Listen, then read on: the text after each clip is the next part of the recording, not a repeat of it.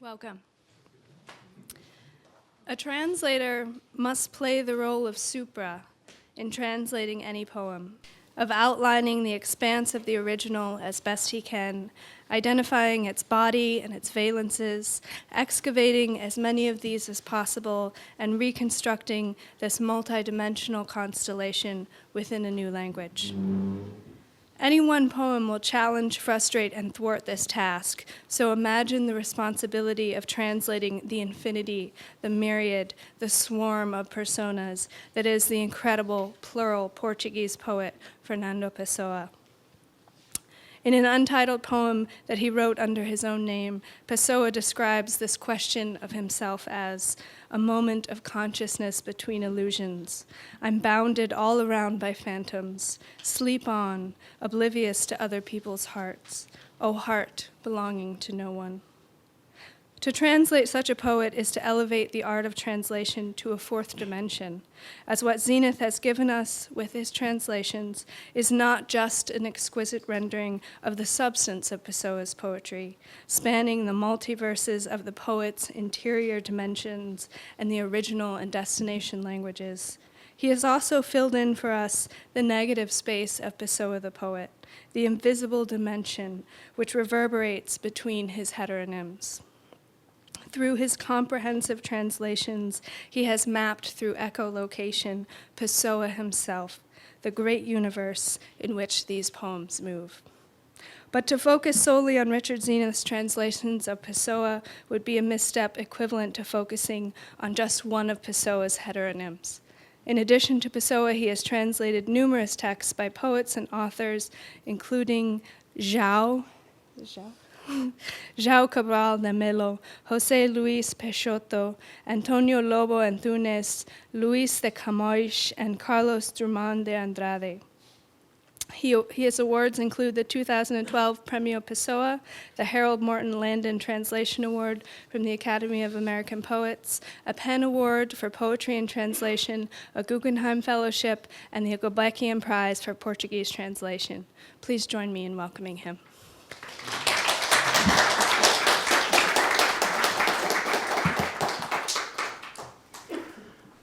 Good evening. Thank you for being here. This was advertised. I think I forgot that it was advertised that I was going to be talking about my translations of Komui, of Fernando Pessoa, and also of the Brazilian poet Carlos Drummond de Andrade. I think there was also on there troubadour poetry from ancient Portuguese, but I'm not going to talk. Okay. Yeah, I just felt it was just spreading out too much. So we'll leave it with Luís de Camões, Fernando Pessoa, who are considered by pretty much everyone the two greatest Portuguese poets of all time, and Carlos Drummond de Andrade, who's generally considered the greatest Brazilian poet. And I'll be talking about reading from my translations and talking about translation as I do that. And where's my script? I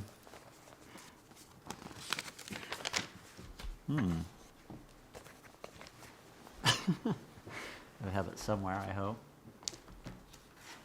Oh, this is it. Okay. I'll begin by reading a translation of mine of a sonnet from Komui.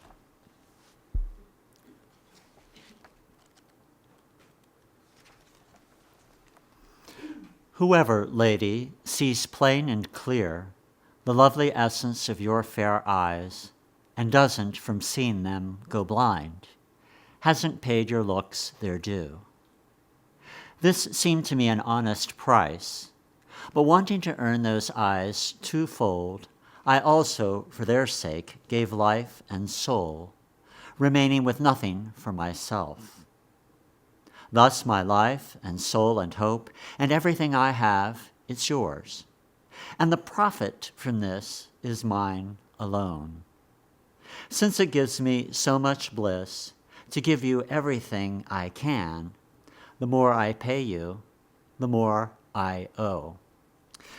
That last line, by the way, was Elizabeth Bishop's dedicating line to her lover Lotte de Macedo for her book Geography. And what I love about this sonnet is all that financial vocabulary about an honest price, profit, earning, owing, and all of this worked and played off on the other and then applied to love. And then this fabulous last line, the more I pay you, the more I owe.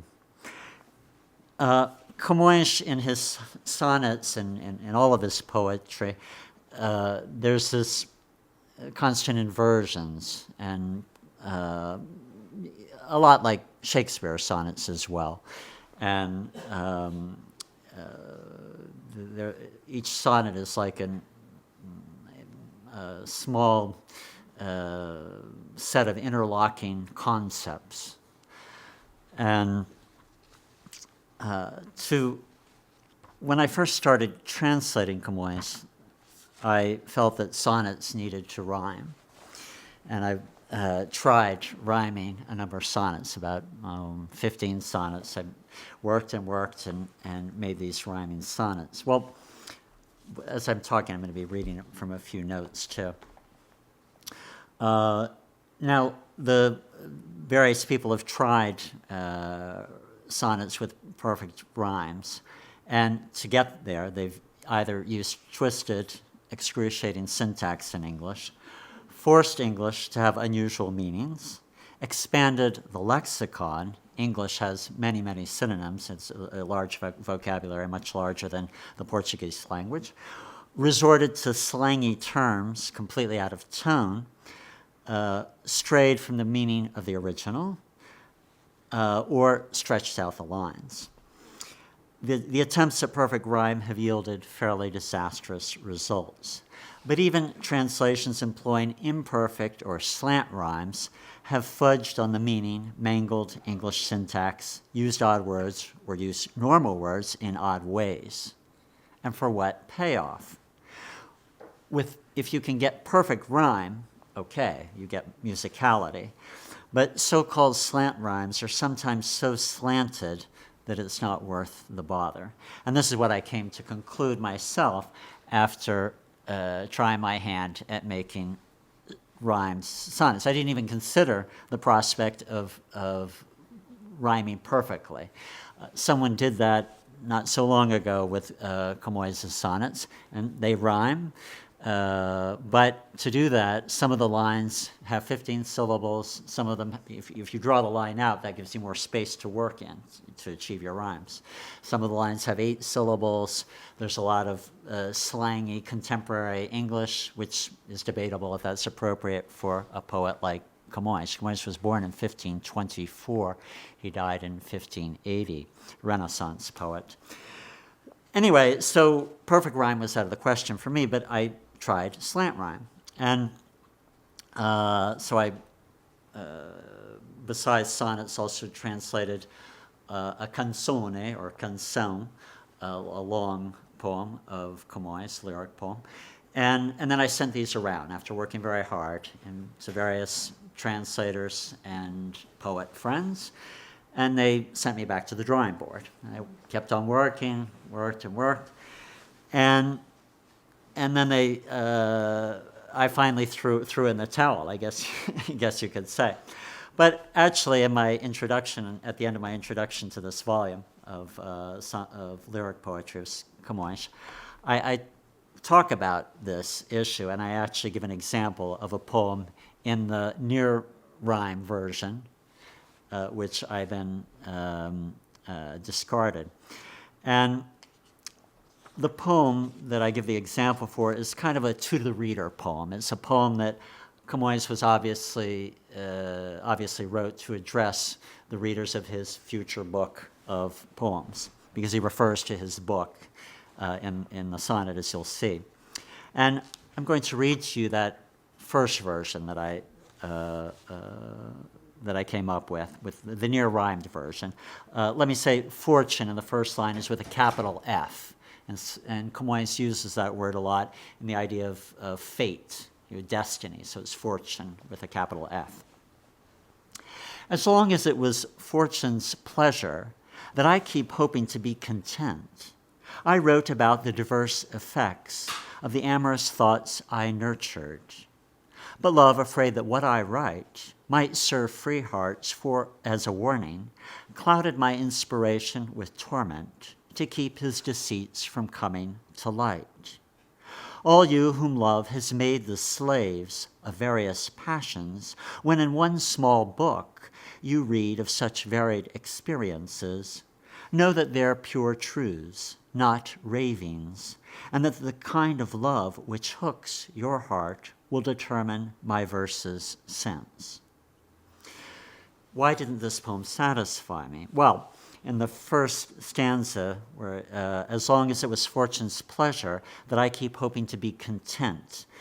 Content there is weak compared to the Portuguese. I wrote about the diverse effects of the amorous thoughts I nurtured. Well, that nurtured isn't really there in the original. And so what the near rhyme is pleasure with nurtured, content effects. Then the last stanza was the most problematic for me, and that the kind of love which hooks. This is far too slangy for me. For Komui' language, he didn't use that sort of an expression, and then unfortunately, I think the very last verse is the weakest. Your heart will determine my verse's sense. So there is some near rhyme going here. Slaves, ravings, experience, sense, book with hooks. But finally, since it's not perfect rhyme, I don't know that it's really worth it. This is the final version that I am so far or relatively satisfied with, but any translation is always subject to revision, as all those of you who are here who are translators know. We're never satisfied. As long as fortune wanted me to keep on hoping for happiness, I took pleasure in amorous thoughts and wrote down how they made me feel. But love, afraid that what I write might serve free hearts as a warning, clouded my inspiration with torment to keep his deceits from coming to light. All you whom love has made the slaves of various passions, when you read in one small book such varied cases, know that they're pure truths, not tales, and that your own experience in love will lead you through my verse's meaning. So here it's I hope I've achieved a more natural verse and that it flows better, and there's the second stanza, incidentally, is the same, because I was satisfied with the second stanza, because my instead of near rhyming, I decided to not near rhyme. That is, there is some rhyming that comes up, some near rhyming, and I cultivate that, but without avoiding a strict pattern. But for instance, there's slaves, all you whom love has made the slaves, which kind of in the two N words from the final stanza is kind of unfolded in tales and love. So you get the slaves, tales, love. So I worked very hard in my translations on sound and musical sound and rhyming, but internal rhymes. And I decided not to worry too much about end rhyme, because I felt there were so many other things that Camões is doing that are more interesting, such as in that first sonnet I read, with all that monetary, financial vocabulary and the way all that plays off each other. What, in my mind too, what's most musically important is rhythm.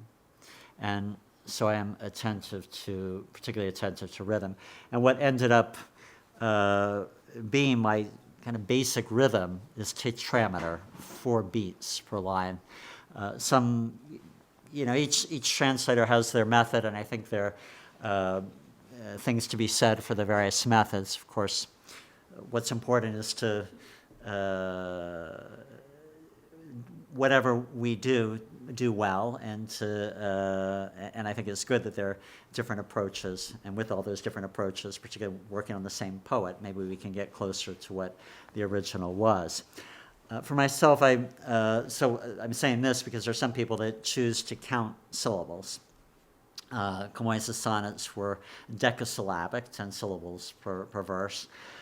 And I felt that in English, that it was more natural to focus on beats, also because there could be a problem of padding, and I didn't want to pad to get those 10 syllables. Usually my verses have less than 10 syllables. They'll have 4 beats. Here's another sonnet. My errors, cruel fortune, and ardent love conspired to bring about my ruin. The errors and fortune were superfluous, since love alone would have done as much. Although it's over, the dreadful pain of what I suffered is still so vivid that I, with bitter rage, have learned never to try to be happy again. In life and words I've always strayed, giving fortune cause to punish my poorly founded hopes. In love I've known just brief illusions. Oh, if only my ruthless genius would have its fill of wreaking vengeance.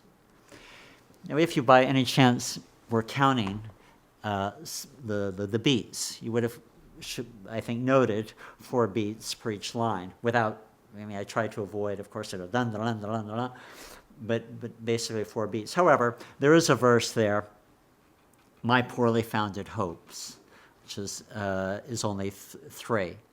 And this happens sometimes, because again, I think poetry is about concision, and I'm quite averse to drawing out a line, adding words just to get that extra beat. So in this case, it's a verse that's kind of hidden towards the end, but not at the very end, and I don't think it really disturbs the musical rhythm. A few years ago, I was reading translations of Hölderlin of Michael Hamburger. And Michael Hamburger wrote one of the first essays in English on Fernando Pessoa in his book, whose title I think was The Truth of Poetry. And he was a very good poet and very dedicated translator, very good translations of Celan and others, and he particularly devoted a lot of his life to translating Hölderlin and did admirable work. I'm saying all this because I'm going to now make a criticism. But when I was reading a bilingual version, and I know enough German to read with the help of a dictionary. I did once know German and forgot it. That's the truth of it. And anyway, so I was reading the English translations, and every now and then I was kind of stopping, and then I would look over to the German, and it flowed naturally and didn't have these hiccups. And it seemed to me there was some padding going on. And then I confess I didn't really know about Hölderlin's poetics. And then I looked, and Hölderlin has this, he does quantitative measure. So he'll have these strange, for me, interesting stanzas where he'll set up his first stanza. The first verse might have 9 syllables, then 11, then 8, then 8 again. And it could, there are many different patterns. And then all the succeeding stanzas will repeat that. And that's what Hamburger was doing. He was counting the syllables. And I respect that, but I found myself, as I say, stopping often. And it seemed to me that it was because he had set that bar that he had to count all the syllables. My own feeling is that at a certain point, we'll let the reader read German, learn German to get it, that if the point is to make it everything like in the German, then, but we may have dissenters here and can talk about this soon.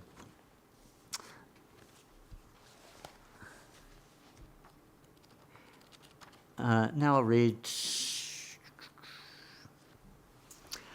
This is not a sonnet. This is a poem of Camões that was addressed to a slave girl that he fell in love with. Camões, as some of you may know, had a very colorful life. He was born in Lisbon, but then went off to what was then called the Portuguese state of India, where he had some sort of government job. But he was a real adventurer. He was kind of the opposite of Fernando Pessoa. Fernando Pessoa was this very cerebral person who didn't have much of a love life, except in his head maybe, and also fairly sedentary existence. Camões went to Africa, he fought, then he was thrown in prison a few times, spent many years in India, and then his last years in Lisbon, where he died in poverty. And this poem that I'm going to read has, books have been written about this poem, and there was a lot of interest in past centuries, particularly about who was this slave called Barbara, and whether, what color was she perhaps Chinese, was African, and what was going on here. And this poem, I do use a little bit of rhyme. The rhyme scheme in the original is A-B-B-A, and I use actually just A. So there's just like the first and fourth verse rhyme, or at least near rhyme. Stanzas to a slave named Barbara, whom he loved in India. That's what it says in the manuscript. That lovely slave to whom I'm enslaved, since she's my life, would have me not live. I've never seen a rose in a gentle bouquet, as lovely as she looks to my smitten eyes. No star from above, nor flower in the field, seems to me as fair as the one I love. Her face is unique, and her eyes serene, black and weary, though not of killing. That grace so alive that gleams in her eyes makes her a lady, although she's my slave. Black is her hair, which contradicts the common opinion that blondes are fair. This blackness of love cuts such a sweet figure that the snow, if it could, would change its color. Wisdom is part of her gentle, glad nature. She indeed seems strange, but not at all barbarous. Presence of peace that calms the storm. In her all my cares at long last cease. This is my slave to whom I'm enslaved, and since she's my life, for her I must live. Well, now let's move up several centuries to the 20th century and Fernando Pessoa. Fernando Pessoa was born in 1888, died in 1935, spent 9 or 10 years of his childhood in Durban, South Africa. He went there at the age of 7.5 and went back to Lisbon at the age of 17.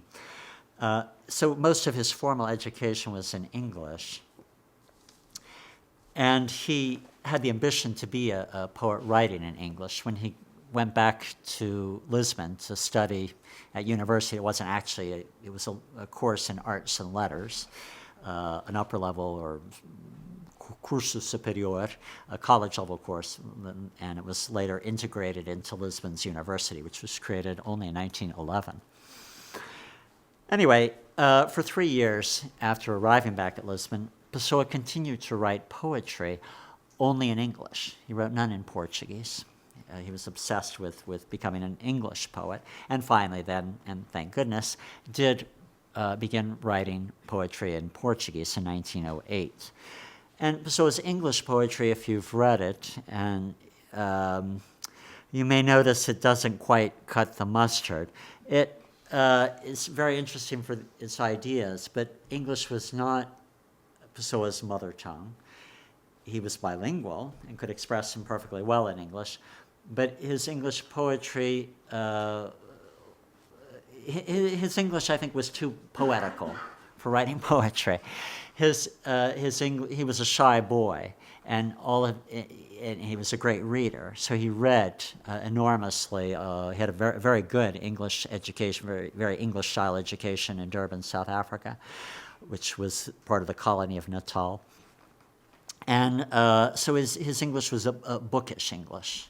He read Milton, Shakespeare, all the English romantics, some American poetry such as Poe, and then later added to all these kinds of readings from Portuguese writing. Well, even in Portuguese, he did read on his own when he was in Durban, and French and from all over.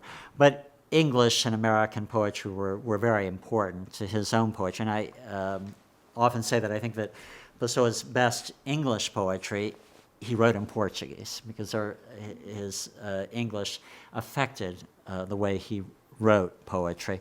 And this is particularly true in several of the heteronyms, such as Alberto Caeiro and Álvaro de Campos.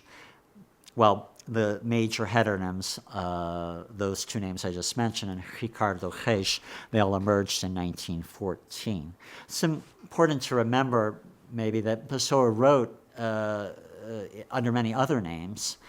Actually, he at least planned to write, if he did not actually write, in over 100 names. And this began as a small child. So there's something, Pessoa used heteronymy. It was a literary device, but there was something that was psychological in the sense that not that he necessarily had a dissociative personality, but it was a compulsion that began early on. And I was mentioning Alberto Caeiro and Álvaro de Campos as being showing some influence of English, because there's a more direct style in the syntax, and it seems to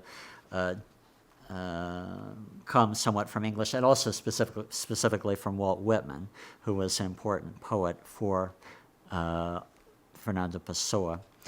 Alberto Caeiro was the poet of nature, and here's a poem from The Keeper of Sheep. I'm a keeper of sheep. The sheep are my thoughts, and each thought a sensation. I think with my eyes and my ears, and with my hands and feet, and with my nose and mouth. To think of flower is to see and smell it, and to eat a fruit is to know its meaning.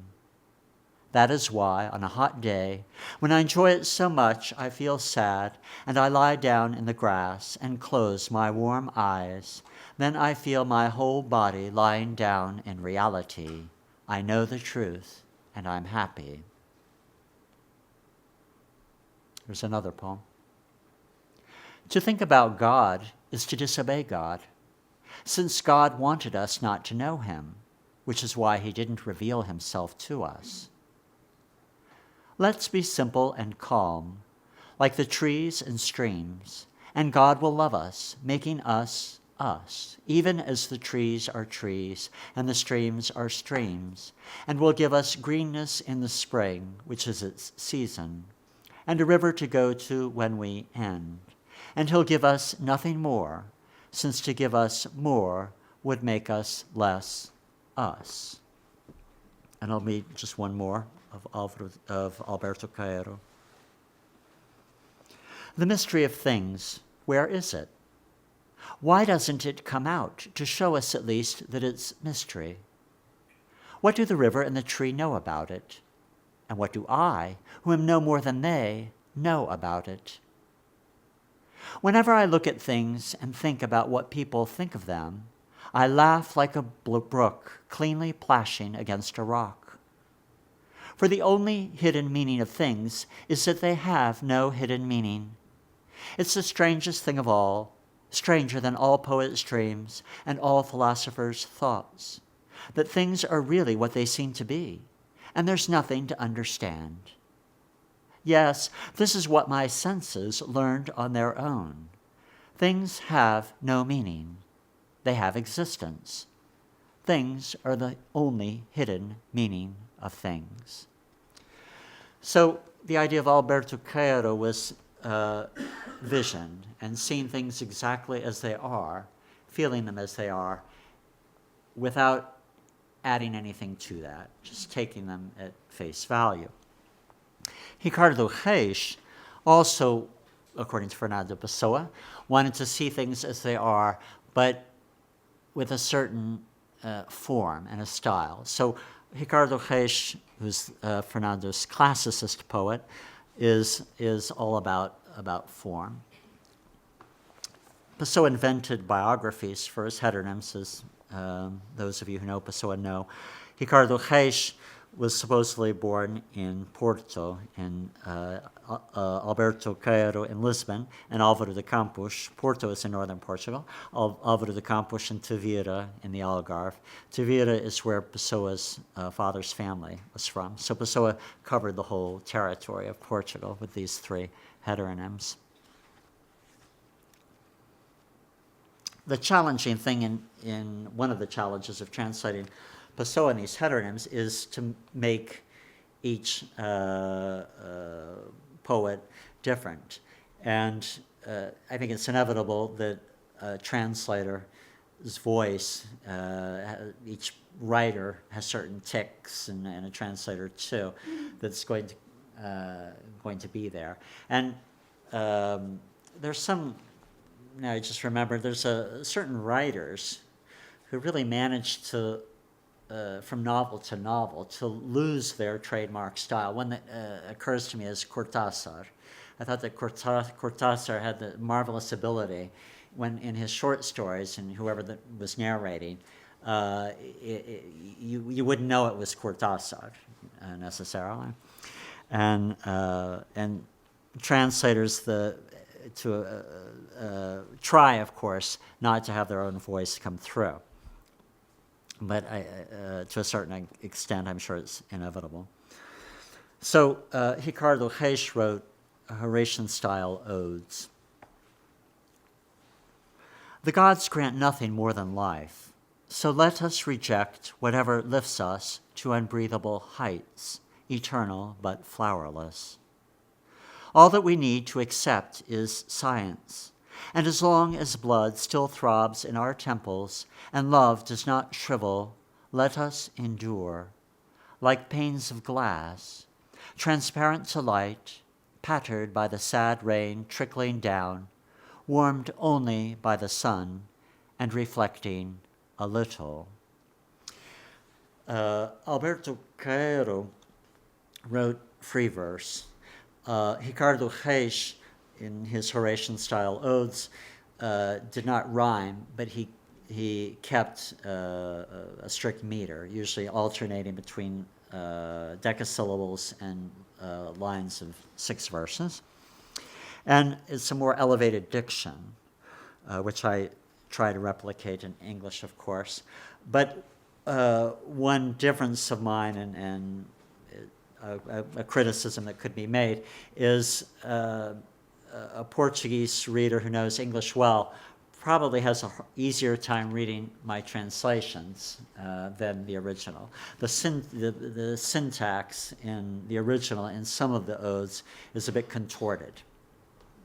And I could opt and go for a contorted syntax in English. But again, a translator is already trying to bring get the reader there to that writer, and I think that softening certain obstacles or not putting is permissible. But there are people that would disagree with that. So I don't make a contorted syntax in English as occurs in the Portuguese. Again, this is something we can talk about after.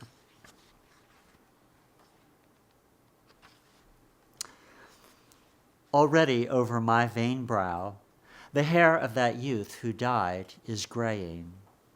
My eyes shine less today. My lips have lost their right to kisses. If you still love me, for love's sake, stop loving. Don't cheat on me with me.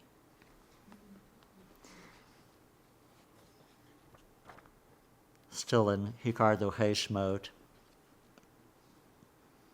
Others narrate with lyres or harps. I tell with my thought. For he finds nothing who through music finds only what he feels. Words weigh more which, carefully measured, say that the world exists. And one more, also a very short ode. Some of the odes are quite long, and many of them mention various Greek gods, particularly the early odes. Because I'm trying to cover a lot of territory here, I've deliberately chosen shorter odes. To be great, be whole. Don't exaggerate or leave out any part of you. Be complete in each thing. Put all you are into the least of your acts. So too, in each lake, with its lofty life, the whole moon shines. And by the way, what I said about the contorted syntax, it's not like every ode is a puzzle in the original by any means. A lot of them are fairly straightforward, but there is occasionally this rather difficult moments of syntax. Then Álvaro de Campos also wrote in a free verse style, as did Alberto Cairo, although he did write some rhyming poems, some sonnets and a few rhyming poems, Campos did. Campos was the most exuberant, over-the-top heteronym. And to give you an idea, his very first poem, the Triumphal Ode from 1914, is a long ode, not at all like the Horatian-style odes of Álvaro de Campos. And his odes were ranting and loud. I'm only going to read you the beginning of the Triumphal Ode. By the painful light of the factory's huge electric lamps, I write in a fever. I write gnashing my teeth, rabid for the beauty of all this, for this beauty completely unknown to the ancients. O wheels, O gears, eternal bridled convulsiveness of raging mechanisms, raging in me and outside me, through all my dissected nerves, through all the papillae of everything I feel with. My lips are parched, O great modern noises, from hearing you at too close a range, and my head burns with the desire to proclaim you in an explosive song, telling my every sensation, an explosiveness contemporaneous with you, O machines. Gaping deliriously at the engines as at a tropical landscape, great human tropics of iron and fire and energy. I sing the present and the past and future too, because the present is all the past and all the future. Now I'm skipping a little. If I could express my whole being like an engine, if I could be complete like a machine, if I could go triumphantly through life like the latest model car, if at least I could inject all this into my physical being, rip myself wide open and become pervious to all the perfumes from the oils and hot coals of this stupendous, artificial, and insatiable black flora. Brotherhood with all dynamics, promiscuous fury of being a moving part in the cosmopolitan iron rumble of unflagging trains, in the freight-carrying toil of ships, in the slow and smooth turning of cranes, in the disciplined tumult of factories, and in the humming monotonic near silence of transmission belts. And it goes on for a number of pages. Álvaro de Campos began with this kind of a voice, but then, and with these long futurist odes, as Pessoa call them, but then became more melancholy as time went on and wrote shorter poems. And here's an example. This is from 1929. Ah, the freshness in the face of leaving a task undone. To be remiss is to be positively out in the country. What a refuge it is to be completely unreliable. I can breathe easier now that the appointments are behind me. I miss them all, through deliberate negligence, having waited for the urge to go, which I knew wouldn't come. I'm free and against organized closed society. I'm naked and plunge into the water of my imagination. It's too late to be at either of the two meetings where I should have been at the same time, deliberately at the same time. No matter. I'll stay here dreaming verses and smiling in italics. This spectator aspect of life is so amusing. I can't even light the next cigarette. If it's an action, it can wait for me, along with the others, in the non-meeting called life. And one more very short poem. I'm beginning to know myself. I don't exist. I'm the gap between what I'd like to be and what others have made me, or half of this gap, since there's also life. That's me, period. Turn off the light, shut the door, and quit that slipper noise in the hallway. Leave me alone in my room with the vast peace of myself. It's a shoddy universe. And then there's Fernando Pessoa himself, who wrote a lot of poetry. All of these three heteronyms, the major poetic heteronyms, their work makes complete volumes. And the poetry written by Pessoa under his own name makes a number of volumes, actually. Fernando Pessoa, writing under his own name, tends to rhyme and keep a strict meter, although there's also a lot of experimental poetry written by Fernando Pessoa himself in the 1910s, which doesn't necessarily rhyme. This is one of the first poems, one of the first two poems that Pessoa published as an adult in 1914, but the poem was written in 1911. O church bell of my village, each of your plaintive tolls, filling the calm evening, rings inside my soul.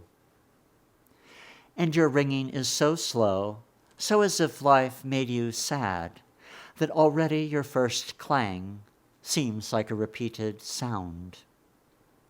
However closely you touch me, when I pass by, always drifting, you are to me like a dream.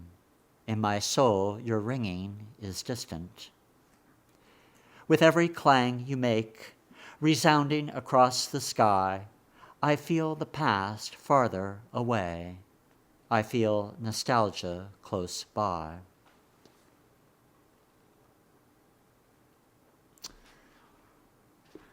And now, Fernando Pessoa's most translated poem, his signature poem, Autopsychography. The poet is a feigner who's so good at his act, he even feigns the pain of pain he feels in fact. And those who read his words will feel in his writing neither of the pains he has, but just the one they're missing. And so around its track, this thing called the heart winds, a little clockwork train to entertain our minds. I'm going to read for you the Portuguese of this poem. Autopsychography. O poeta é fingidor, finge tão completamente, que chega a fingir que a dor que deveras sente. E os que leem o que escreve, na dor lida sentem bem, não as duas que ele teve, mas só a que eles não têm. E assim nas calas da roda gira entreter a razão, esse comboio de corda que se chama o coração. Well, as you may have noted, there's full stop rhyme in the Portuguese, A, B, A, B. And among the at least 35 translations that have been made into English by different translators, and a few translators have made several translations. Some have gone for a full stop rhyme, and I haven't found one that I thought was convincing. Jonathan Griffin, whom I had the privilege to meet, he was one of Fernando Pessoa's first translators, and I thought a good translator. And he went for a full rhyme, but for me, what I can't remember it exactly, but he had the same problem that I had in that Komui sonnet that I read you, my first version, and that his last verse was not a good near rhyme and not even a good verse. So, and that's the clincher line. Some translators have not attempted to rhyme at all. I felt that it asks for rhyme, and so I use a modified rhyme scheming. So it's A, B, C, B. So you have act, fact, writing, missing, wins, minds. Then the title, too, has, there have been different translations, several translations, it's self-analysis. Well, Autopsychography is not a word that really exists in Portuguese. Psychography is a word you can find in the dictionary, and autopsychography, I think there are 3 parts. These are all from Greek roots, by the way. So you have auto, psychography, and I think all those 3 elements are vital and to the whole sense of the poem. Fernando Pessoa, writing under his own name, also wrote Pessoa was a great seeker after spiritual truth. He was very interested in mainline religions, in esoteric religions, very interested in Rosicrucianism, Kabbalah. He was an astrologer, very good amateur astrologer. And some of this comes out in the poetry he writes under his own name. Here's a short poem. Death is a bend in the road. To die is to slip out of view. If I listen, I hear your steps, existing as I exist. The earth is made of heaven. Error has no nest. No one has ever been lost. All is truth and way.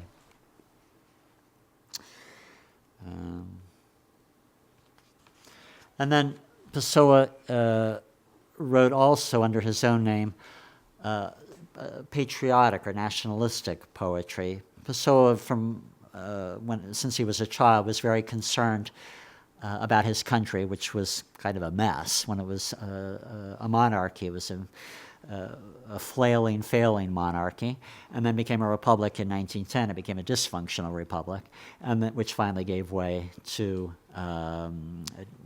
several short-term dictatorships, and then finally the military dictatorship that came in 1926, and then morphed into the Salazar regime, which was in power for many years. Pessoa published in 1934, the year before he died, his only book of poetry in Portuguese called Mensagem, or Message. And it's kind of a retelling of the Lusíads. The Lusíads is that long epic poem of Camões. I translated the lyric poetry.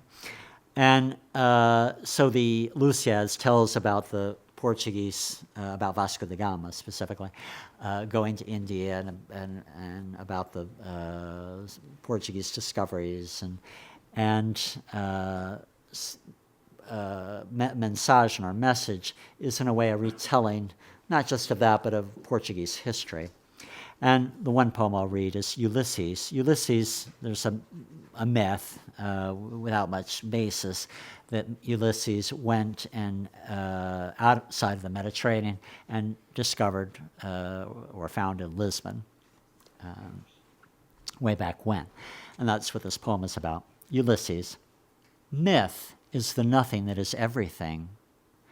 The very sun that breaks through the skies is a bright and wordless myth, God's dead body, naked and alive.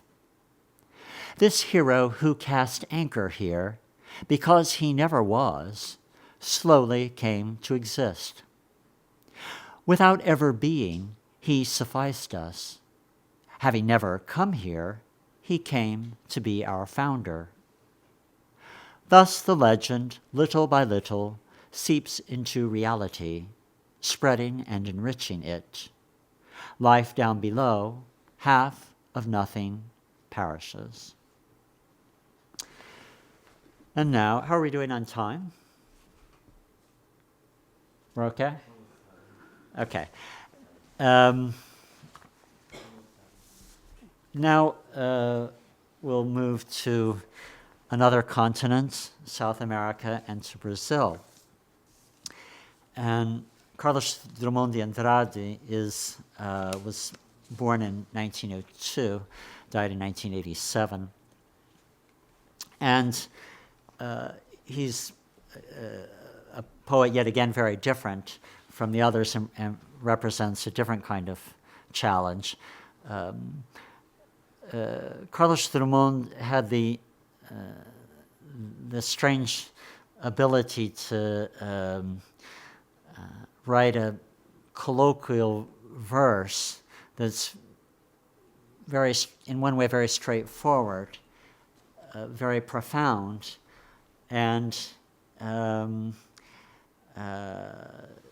able to reach a wide audience without making concessions to any simplifying or to being sentimental. His poem is a lot about love, as the poetry of Komui is or was, and it's a lot about many other things. It's about life and this whole experience. Drummond was not highly intellectual. He had a kind of a good education. He was well educated, but whereas Fernando Pessoa was read far and wide and was an obsessive reader his whole life, and Carlos Drummond had this uncanny capacity to just take in life, not so much from his readings, that too, and what he saw, and make this really striking body of poetry. He grew up in Minas Gerais in the interior of Brazil, and only when he was older did he ever see the ocean. And from his very first book, there's a poem, short poem, which indicates that. Lake. I never saw the sea. I don't know if it's pretty.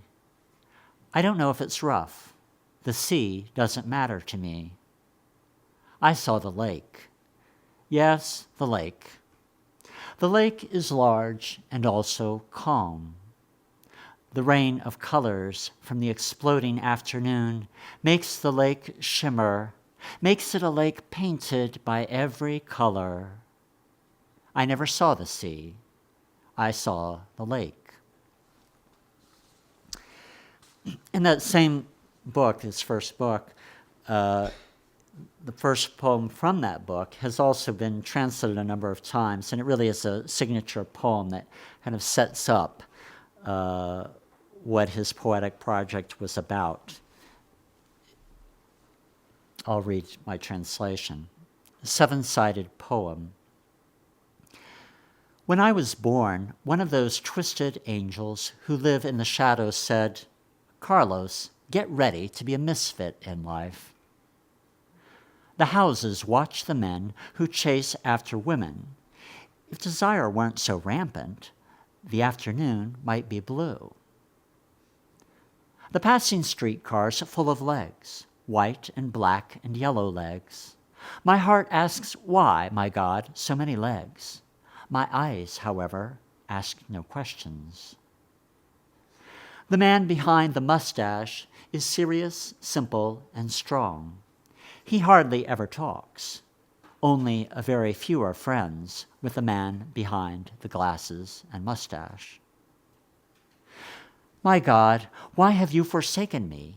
If you knew that I wasn't God, if you knew that I was weak. World so large, world so wide, if my name were Clyde, it would be a rhyme, but not an answer. World so wide, world so large, my heart's even larger. I shouldn't tell you, but this moon, but this brandy, make me sentimental as hell. Well, there's 7 stanzas, which are the 7 sides or faces of the poem, and of the poet's concerns. So there's there's Carlos, right, in the very first stanza, and there's God, there's his weakness, there's his political concern, which becomes stronger later, about his relationship with other people, the world at large.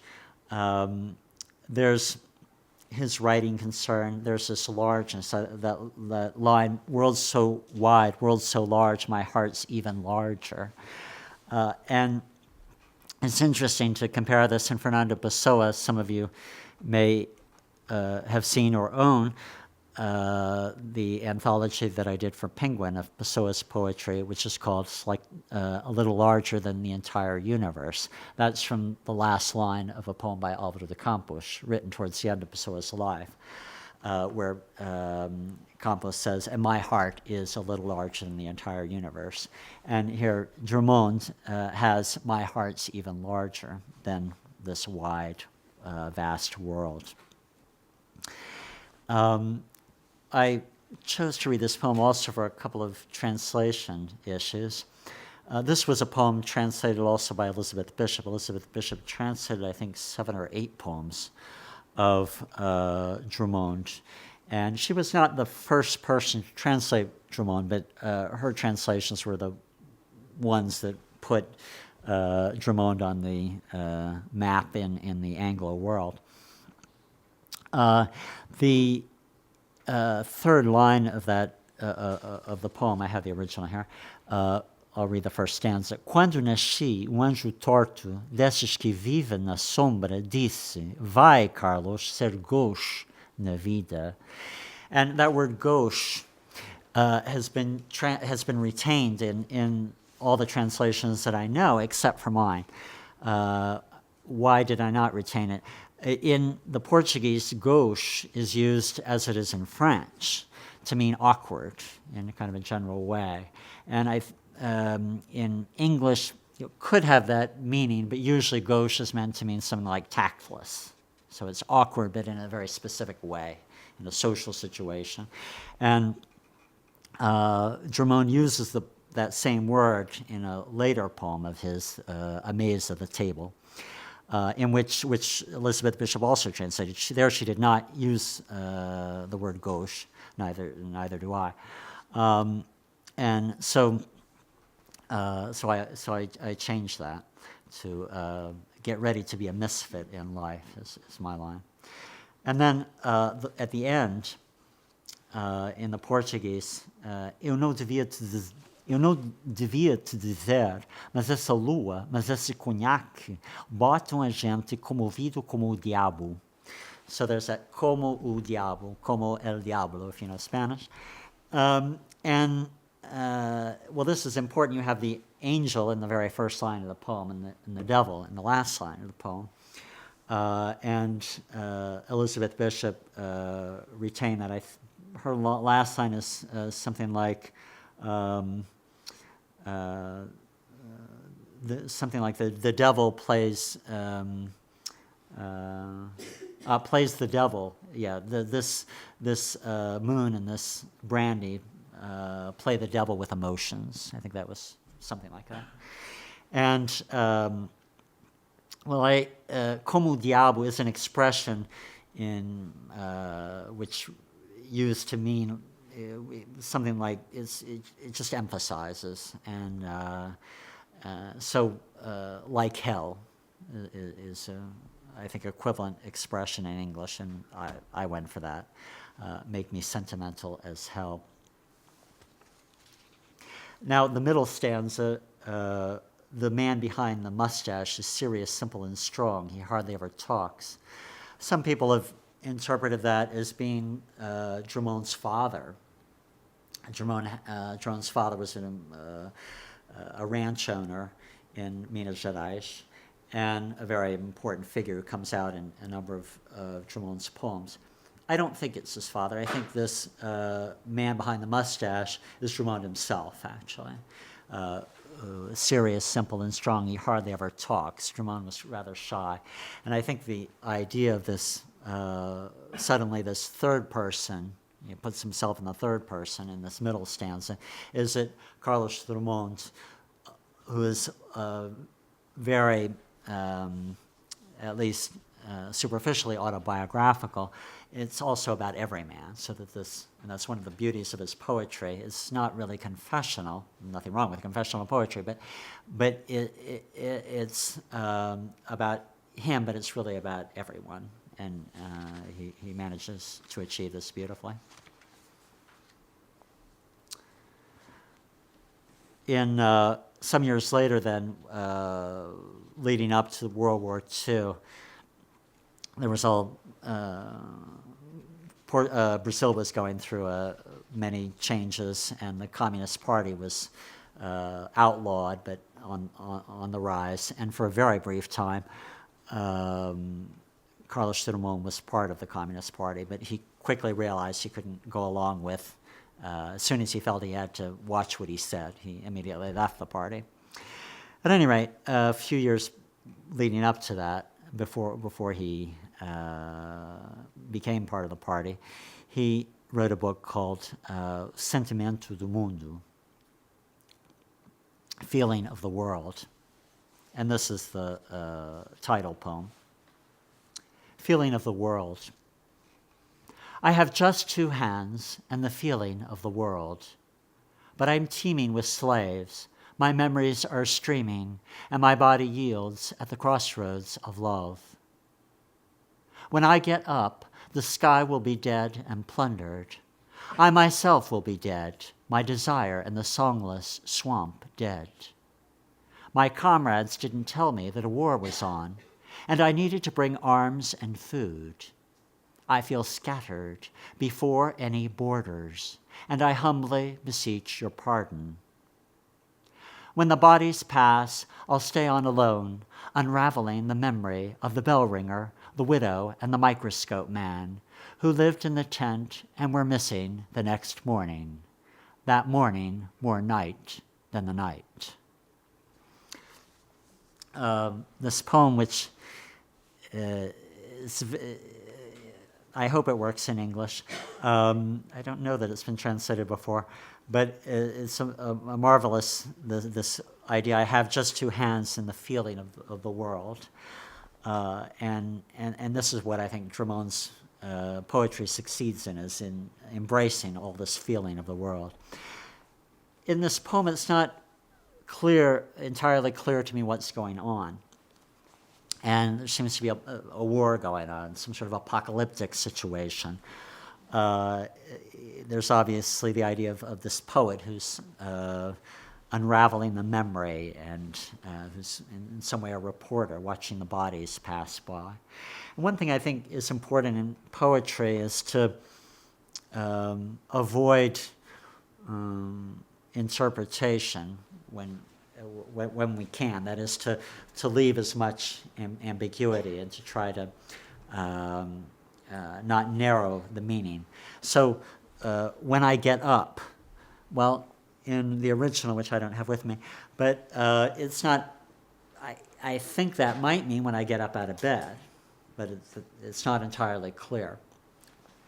And so in English, I try to conserve that ambiguity. This poem was on on one of Brazil's banknotes. I don't think it is anymore. They changed their currency quite often in recent decades. I'm making a song. I'm making a song where my mother and all mothers will see themselves mirrored, a song that speaks like two eyes. I'm walking on a road that runs through many countries. They may not see me, but I see and salute old friends. I'm spreading a secret like a man who loves or smiles. Affection seeks affection in the most natural way. My life, our lives, form a single diamond. I've learned new words and made others more beautiful. I'm making a song for waking up men and putting children to sleep. The title of this poem in the original is Canción Amiga, if you know Spanish but not Portuguese. And so it could be friendly song, but I don't think it works well as a title in English. So occasionally I will take a liberty, as I have done here, and change the title, which is the first verse. Interestingly, Drummond, as he, initially his poetry was basically free verse, and then after a time, later on, he began to write, to use form, and so he even used a kind of terza rima in one of his poems, and wrote some rhyming poem, and he wrote sonnets. Now, some of his sonnets rhyme, and then he also wrote sonnets that do not rhyme, and this is the case of a sonnet that does not rhyme, even in the original Portuguese. The time of love. Love is a privilege of maturity, stretched out on the narrowest bed, which becomes the widest and grassiest, arousing in each pore the body's heaven. This is love, the unexpected gift, the glittering buried prize unearthed, the sight of encrypted lightning which, deciphered, makes only one thing worth the trouble and price of earthliness. The minute of gold in the miniature clock, quivering in the twilight. Love is what we learn on the brink, after we've archived all our inherited and acquired science. Love begins late. And now, I think I'm going to read just one more poem, which has not been translated before. And this is a longer poem of Drummond, Carlos Drummond. And then I'll open it up a bit for questions and comments, debate, and if you want, I don't know where we are on time. I could read other poems yet. The last days. And the earth will swallow us, but not yet, not yet. Keep on moving, keep producing and possessing. See some old places, visit some new ones. Feel the cold, the heat, fatigue. Stop for a moment, continue. Discover in your movements unknown forces, connections. The pleasure of stretching, the pleasure of crouching, holding still. Pleasure of balancing, pleasure of flying. Pleasure of hearing music, letting your hand slide over the paper. The inviolable pleasure of seeing, certain colors, how they dissolve, how they adhere, certain objects, different in a new light. Keep on inhaling the fragrance of fruit and rain-spattered earth. Keep grabbing, imagining, and recording. Keep remembering. A little more time to meet a few more people, to learn how they live, to help them, to watch this story take place. The wind shakes the leaf. The tree's shadow, stock still for an instant, lengthens with the sun and disperses in a greater shadow on a road without traffic. To look at this leaf, if it falls, and to catch it in its fall. So dry, so warm. Surely it has a smell, its own among 1,000, a pattern to be endlessly repeated, and each is a different leaf. And each moment is different, and each man is different, and we are all equal. In the same womb, the primal darkness, and over the same earth, a worldwide silence. But not yet, not yet. Let other silences fill me before that one. Let other solitudes crush or lull my breast, the silence of lingering before this statue. 1,000-year-old torso, it receives my visit, prolongs towards the past my breath, is equal to me in its calm, and, despite being marble, completes me. Time enough to remark that some errors have fallen, life's root has grown stronger, and the shipwrecks have not severed that underground link between people and things.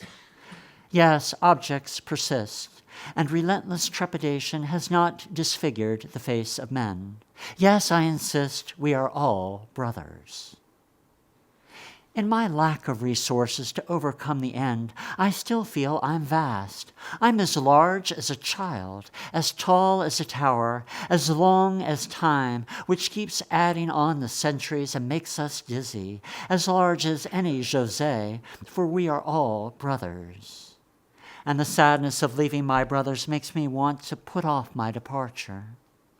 Ah, you can also laugh, not at the dissolution, but because some try to stop it, because others will come, because we are all brothers in hate, in love, in not understanding, and in the everyday sublime. Everything, yes, everything is our brother.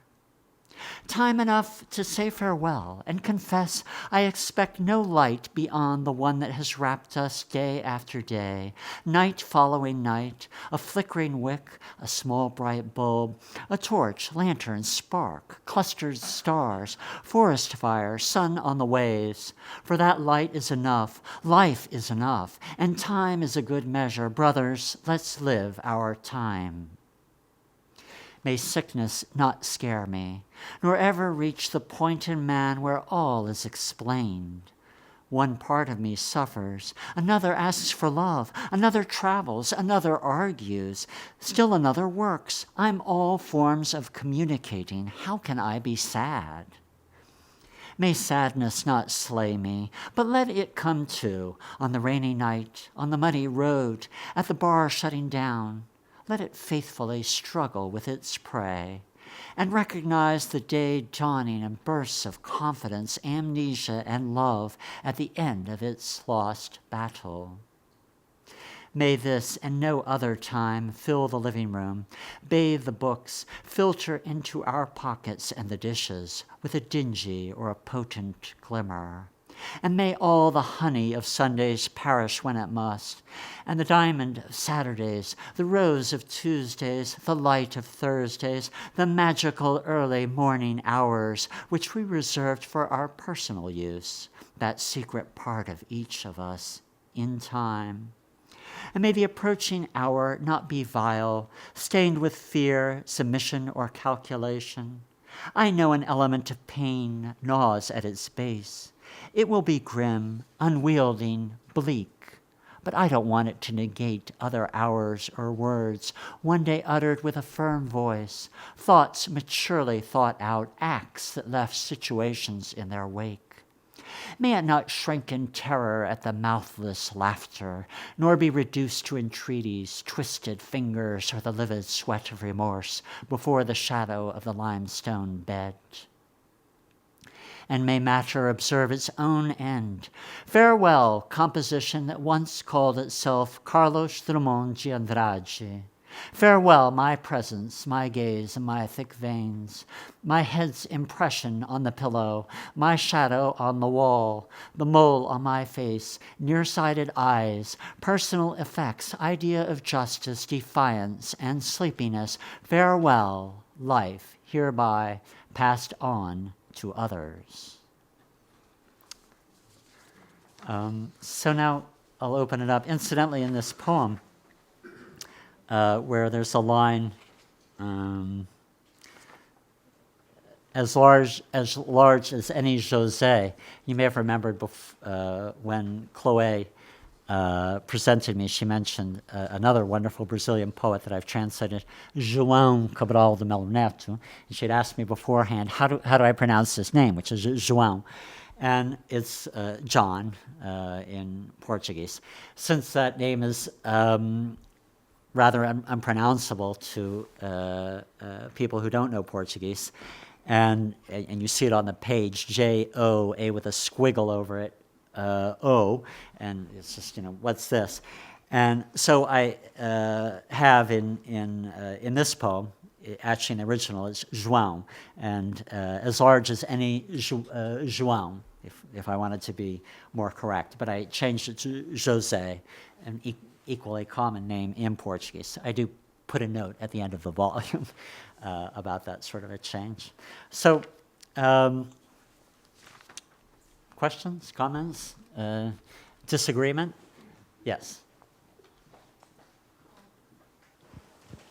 I was just curious to know what you, as a translator at Pessoa, what you thought of the Canadian poet's translation, or what she calls translation, Erin Moda's translation or version of The Keeper of Sheep.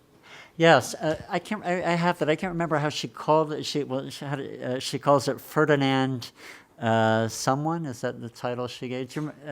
Instead of The Keeper of Sheep, didn't she change the title even? She calls it The Keeper of Sheep, yeah. Right. No, I think it's fascinating. I should say, I've told you about some of my views on translation, and as I say, I think there's those of you who are translators know all this debate about the foreignizing versus naturalizing translation, and while I respect the foreignizing school of translation, I feel that if poets have written their poems to be read and to communicate, and if it's if it gets to be so foreignizing, then at that point I think it's just easier to let the reader learn the foreign language and go directly to the original language. So I don't go along too far with the foreignizing school, but I respect it, and I think it's a good thing that there are many styles of translation for the same work. And now in the case of this Erin Moray translation there, she translates some homophonic sometimes and just changes the context, and it's really a very creative work. And that's clear from the outset, and I think it's fascinating, and I think it's so I'm all for that. I think what's one thing important in translation, I'm of the more the merrier school, but I think what's important is to be transparent. Just let the reader know what you're doing, and as long as it's clear, then fine. Yeah. What she says is that she inserted that world of Alberto into contemporary Toronto. That's right. Yeah. She brings it into Canada, and that's what a translation should be. Exactly. Thank you for reminding me, because it's been years since I read it. But exactly, yeah.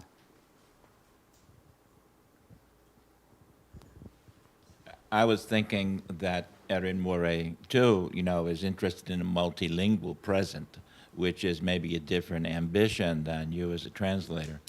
But I was also taken, and I don't know if I'm correct on this, but it seemed to me that almost everything you read, no matter what the poet, used a very steady rising rhythm, iambic or similar to iambic. And I often think of Romance languages as being more varied in its rhythms than that. Have you struggled with the problem of rhythm? I mean, some of the famous dishes are the Spanish Romance, where you have the 8-syllable line with the rhyme, and it's always got a falling rhythm to it, I believe. And doesn't much of this Portuguese also have a falling rhythm, or a rhythm that might do that with creating a different sort of emotional flavor sometimes. Yeah. Well, with Portuguese, like other Romance languages, it has a whole different way of doing rhythm. And as I've said, I don't really try too much to evoke a romantic style rhythm in English, although Latin style rhythm in English, which is an approach that I respect, but it's not one that I follow. I go for a English style syntax and so rather than counting syllables, for instance. To me, this is a more interesting problem than whether or not you rhyme. To me, it's a more interesting I'm not talking problem about than rhyme. whether or not you rhyme. I'm not talking about rhyme, I'm talking about rhythm. I understand. Yeah, yeah. But would you like to comment more on that subject? I don't know. Okay. Thank you for your wonderful reading. So I'd like to ask a question about Pessoa as a translator. So he wrote, he not only wrote in English, but also tried to translate his own poem into English, such like Anarchist Banker or some part of Ode. So how would you evaluate his self-translation in English? So I couldn't read his Portuguese poem, but what is there? Could I'm sorry, I'm not Sorry, hearing you too well. how? So I'd like to ask her about the Fernando Pessoa as a self-translator. Fernando Pessoa's Self-translator. self-translator. So, see, in English, so his own poem. Oh, okay, yeah. Well, yeah, it's interesting. Fernando Pessoa translated a number of English poems and American poems into Portuguese, and some of which he published, and he was translated, for instance, The Raven of Edgar Allan Poe, and made a point of saying that he maintained strict rhythmic conformity to the original. When he translated his own, some of his own poems, he was less concerned about that. So his translations of his own poems, he went actually more for the meaning. He wasn't concerned about rhyme. He didn't respect the rhythm in the Portuguese.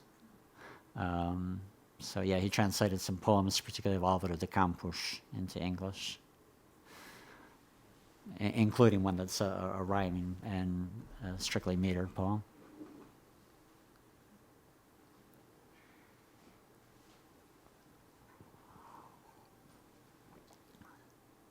I was wondering about the Book of Disquiet.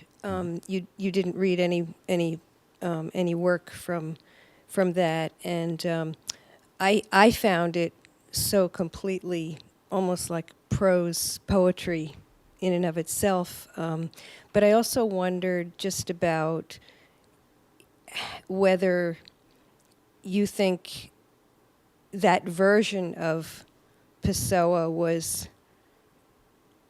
was imagined, or was it autobiographical, more closely autobiographical than some of his other heteronyms? Well, that's a good question. Yeah, it's one of the passages called an autobiografia sem fatos, a factless autobiography. But is it the autobiography of Bernardo Soares, the fictional author, or Fernando Pessoa? And this is a question that the scholars debate on quite a lot. The Book of Disquiet tends to be quoted, or is quoted, constantly. Lines are taken from it as if this were Pessoa's own thinking. And clearly there is obviously a lot of Pessoa there. But I mean, I'm actually going to be talking soon when I go back to Lisbon, viewing the Book of Disquiet as a novel, a failed novel, but seeing it as an experiment where he sets up several premises and then has kind of a thesis, which is this Bernardo Soares, who's a completely self-sufficient figure who tries to live just through dreams and observation, sensation, without needing anything else. And it seems to me clearly that there are many passages in the book that were written for that fiction and from the point of view of a fiction, and are not what Pessoa himself felt. Well, Pessoa, for that matter, is always contradicting himself in his different heteronyms, and even under his own name, because Pessoa was always about not staying the same and changing and seeing things from new angles, and did not accept the idea of a monolithic truth.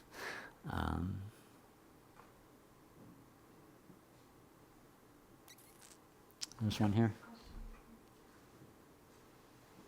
Pessoa has this play between him and his heteronymous. Yeah. This play, which we can maybe call as a self play, a play of the self, the quest for the self. And during one of your comments, you mentioned about the voice of the translator. Mm-hmm. How do you deal with, if you did, with this play, very typical and very important in Pessoa's work as a translator? Because yeah, I think one tries to do this difficult task of being a sort of medium and very entering the world of each heteronym and being steeped in that, and then and translating out of that, as one would do from between different poets, but in this case, different voices within the same poet.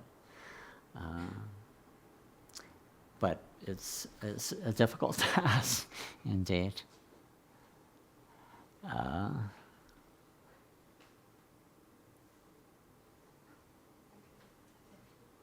Yes. Pessoa's relationship to the heteronyms, if he had been publishing them, would he have acknowledged them? In other words, if you had brought Cairo in and said, "Is this you?" would he have said, "Of course it's me," or would he have been anonymous? Well, Pessoa did publish in magazines poems of his major heteronyms, the ones I read, and also 12 passages from the Book of Disquiet, Bernardo Soares.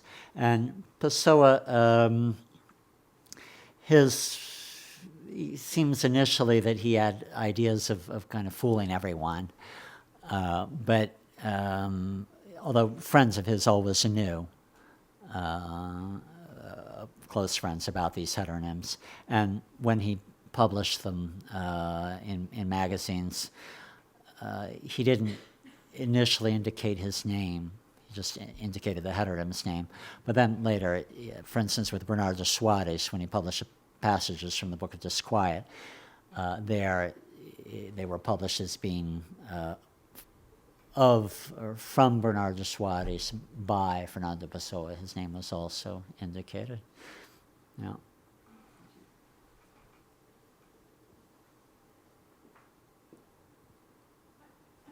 Final question? Yes. I was curious about the different responsibilities of being a translator and now the biographer or a biographer of Pessoa, the different modes that you've undertaken towards this man and the different challenges you faced in light of these two different tasks. And maybe if you could compare there's sort of it seems like in the act of translating you have this multiplicity, but then with trying to construct a person of this, to construct a narrative of an existence, how do you do that? Yeah, it's very challenging and it's going slowly because a difficulty is, where is Fernando Pessoa in all of this? I mean, people have suggested I've made attempts at from different the biographies of different names within the Pessoa system, which I don't think works well. I've tried writing even from sort of an autobiographical point of view to try to get. It's very hard to get inside Pessoa and to get to because he's always never at a steady place, and the problem is that from very young he already was he began inventing these heteronyms, as I mentioned, from a very young age, and he was extremely literary. He never stopped being literary, and so like his very first poems when he was a teenager, they weren't that he had a crush on somebody at school and started writing verses. They were already literary creations. He was already the bloomy and strong poet who was taking from like he would take from a Miltonic ode. You take a template as the stanzaic structure and then fill it in with the content from another poet. And so they were already these very self-consciously literary productions. And that's how his whole life was. So, and he was also interested in all sorts of things. And so there's all these strands, that you try to weave together. And although he was all very interested in many things, he didn't commit to anything. He was never committed to any one religion, although he was interested in many different ones. He had one romantic liaison, Ophelia Kirosh, but he did not commit to her. And so it's not an easy task. Another difficulty, I think, is being so steeped in Pessoa, translating and also doing editions of his work in Portugal, is gaining a distance too. Because it's easy to get lost in Pessoa and then hard to come back out, and which a biographer needs to do. Yeah. I think I speak for all of us. We're so grateful for this evening, and please, I welcome you to come up and talk to Richard. And there's also books. Thank you.